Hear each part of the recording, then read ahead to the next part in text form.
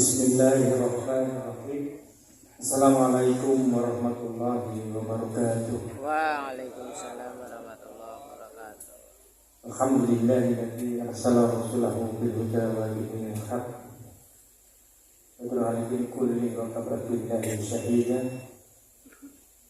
Allahumma shalli ala sayyidina Muhammad wa ala alihi wa sahbihi ajma'in. Rabbi shrah li sadri wa yassir li amri wa hlul lisani yafqahu qawli. Rabbi billahi rabba wa bil islami dinan wa bi Muhammadin nabiyyan wa rasulan. Rabbi zidni ilma wa zidni fahma. Amma ba'du. Yang memuliakan Mukarram Rais Am PBNU Kiai Haji Miftahul Ahyar yang alhamdulillah sudah ada di tengah-tengah kita. Semoga beliau senantiasa diberikan kesehatan, memberikan terangnya syiar Islam khususnya di Kabupaten Kebumen. Alhamdulillah juga Mukarram Haji Yusuf Udari Ketua Umum PMPSK sudah hadir di tengah-tengah kita juga alhamdulillah.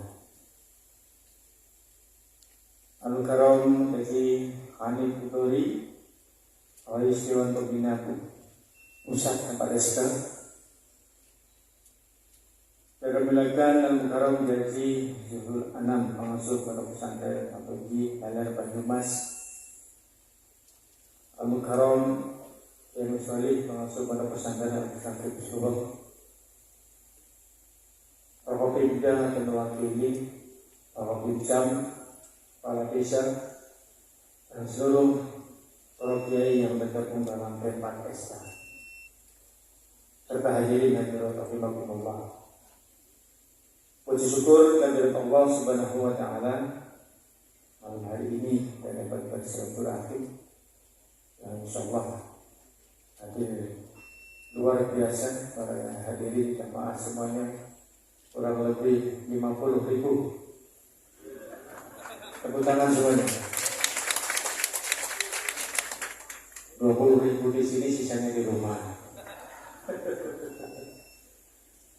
Saya selaku bupati dengan cukup bangga ketika kebersamaan antara kita tetap terjalin dengan baik. Ini merupakan suatu modal utama dalam arah pembangunan. Kami sampaikan bahwa pembangunan di Kabupaten Kebumen mengusung ada 5 tema dalam pembangunan. Yang pertama adalah tentang pemerintahan, yang kami bertekad memberikan pemerintahan yang terbaik untuk masyarakat Kota Bagan. Yang kedua adalah tentang pelayanan dasar, baik itu pendidikan, kesehatan, dan juga perumahan. Yang tentunya sampai sekarang ini kita semua masih merasakan pendidikan masih berbayar. Dan tekad saya insya Allah dan seluruh perangkat bahwa pendidikan di Kabupaten Kebumen 2022 ini harus gratis. Saya juga menjadi keprihatinan bahwa selama ini santri-santri di pondok pesantren juga masih belum tersentuh oleh program-program pemerintah. Dan program Bapak Asuh kita berikan mulai tahun ini, kita sudah berikan kurang lebih 3.000 santri untuk mendapatkan beasiswa. Dan saya selaku bendahara Nahdlatul Ulama tentunya tahu betul berapa uang yang masuk untuk Nahdlatul Ulama.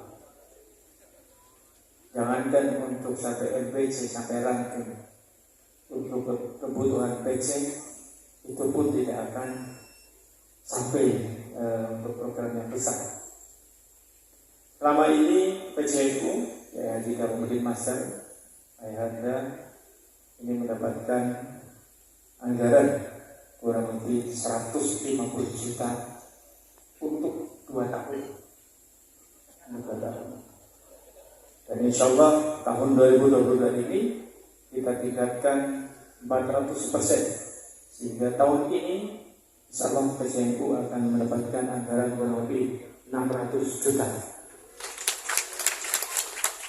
Dan insya Allah untuk tahun depan kita akan tingkatkan kembali meningkat lagi kurang lebih 1,5 miliar untuk tahun depan.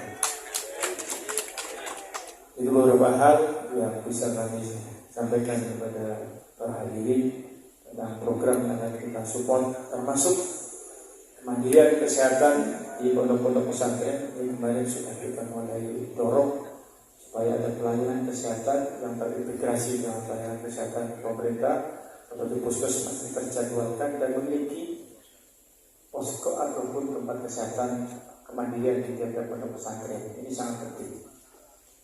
Kita melihat bagaimana kondisi COVID kemarin yang menghantam begitu hebatnya. Tentunya ketika pondok pesantren ada satu yang terkena, maka seluruhnya bisa terkena. Ya, kemandirian kepada pelayanan kesehatan itu wajib hadir di tiap-tiap pondok pesantren. Tentunya kita lalu berikhtiar bagaimana kebutuhan pendidikan ini tercukupi, karena negara yang maju adalah negara yang fokus dalam dunia pendidikan. Kemiskinan adalah hal mustahil untuk dirubah dalam 1 tahun, tetapi kemiskinan dapat dirubah dengan merubah 1 generasi. Misalkan, bisa jadi bapaknya petani, bisa jadi bapaknya tukang becak, tetapi kalau anaknya fokus terhadap dunia pendidikan, dia akan bisa melompat, merubah daripada nasib orang tuanya pada dunia pendidikan. Itu bukan hal yang mustahil para hadirin. Di Kabupaten Kebumen kemarin rektor UGM ini juga dari pesisir. Kemudian Sekjen Kemendak ini juga dari sisi utara. Jenderal menjadi kepala RSPAD pada saat itu juga bintang 3 dari sisi utara, dari Kebumen sisi utara yang terkenal miskin. Ini bisa diraih ketika kita fokus bersama terhadap dunia pendidikan. Dan alhamdulillah pondok-pondok pesantren di Kabupaten Kebumen tumbuh subur, dan ini suatu hal yang membanggakan kita. Karena di era dunia sekarang ini yang super terbuka, era global ini, tidak mungkin orang tua akan mengawasi anaknya setiap menit. Jangankan jam, tidak akan mampu. Tapi anak itu harus diberikan pendidikan yang berkarakter, yang merasa tanggung jawabnya ada pada dirinya. Dia harus bisa mempertanggungjawabkan apa yang menjadi perilakunya. Anak-anak ini harus didekatkan dengan alim ulama, baik itu di musola, masjid ataupun di pondok pesantren, dengan karakter yang kuat. Ketika dunia ini ada di genggamannya, ada di sakunya, maka dia pun akan bertanggung jawabkan apa yang dilakukan.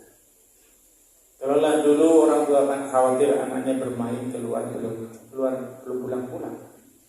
Para hadirin, sekarang ini kita harus berpikir ulang ketika anak-anak kita ada di kamar, megang handphone, megang gadget, ada paketnya, pintunya dikunci.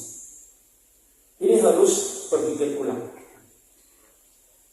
Saya selaku bupati selalu melaksanakan pengecekan screening sedini mungkin.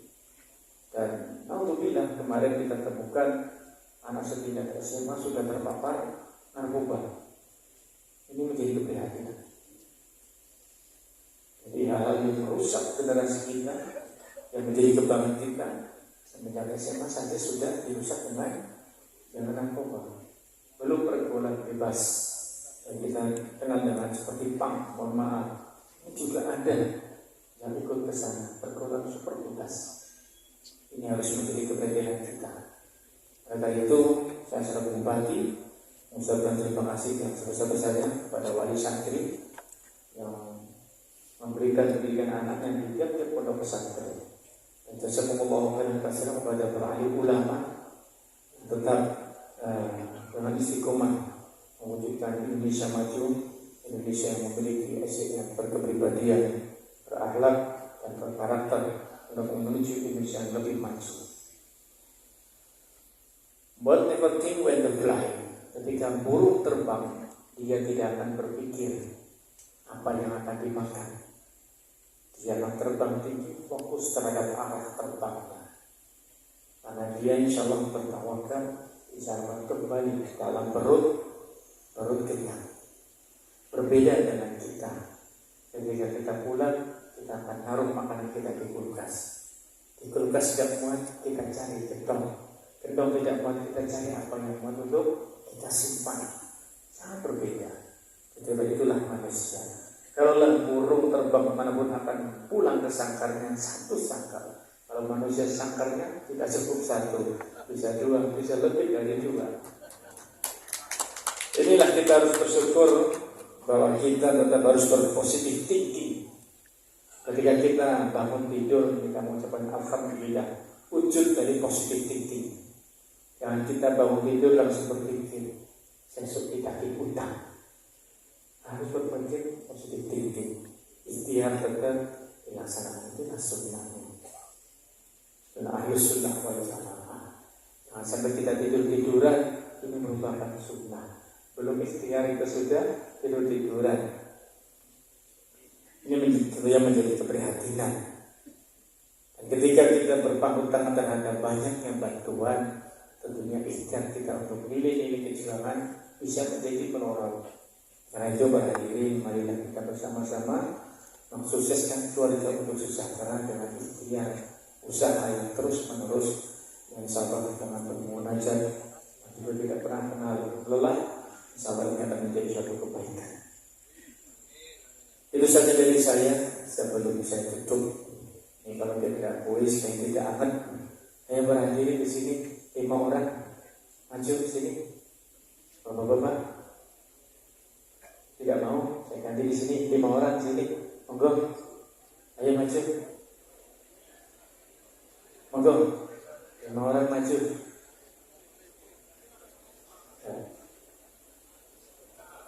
Lagi ngajar mawon.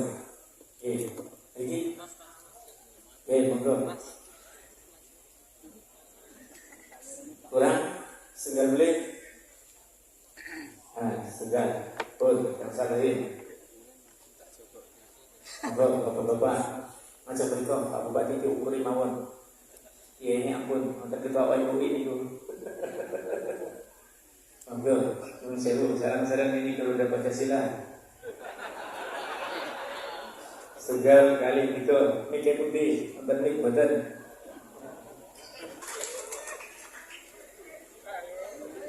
Ya, untuk merokok. Kami sampaikan sekali lagi bahwa di dalam dunia ini tentang arah kepemimpinan, arah perpolitikan itu tidak bisa dihindarkan lagi dari keluarga Nahdliyin.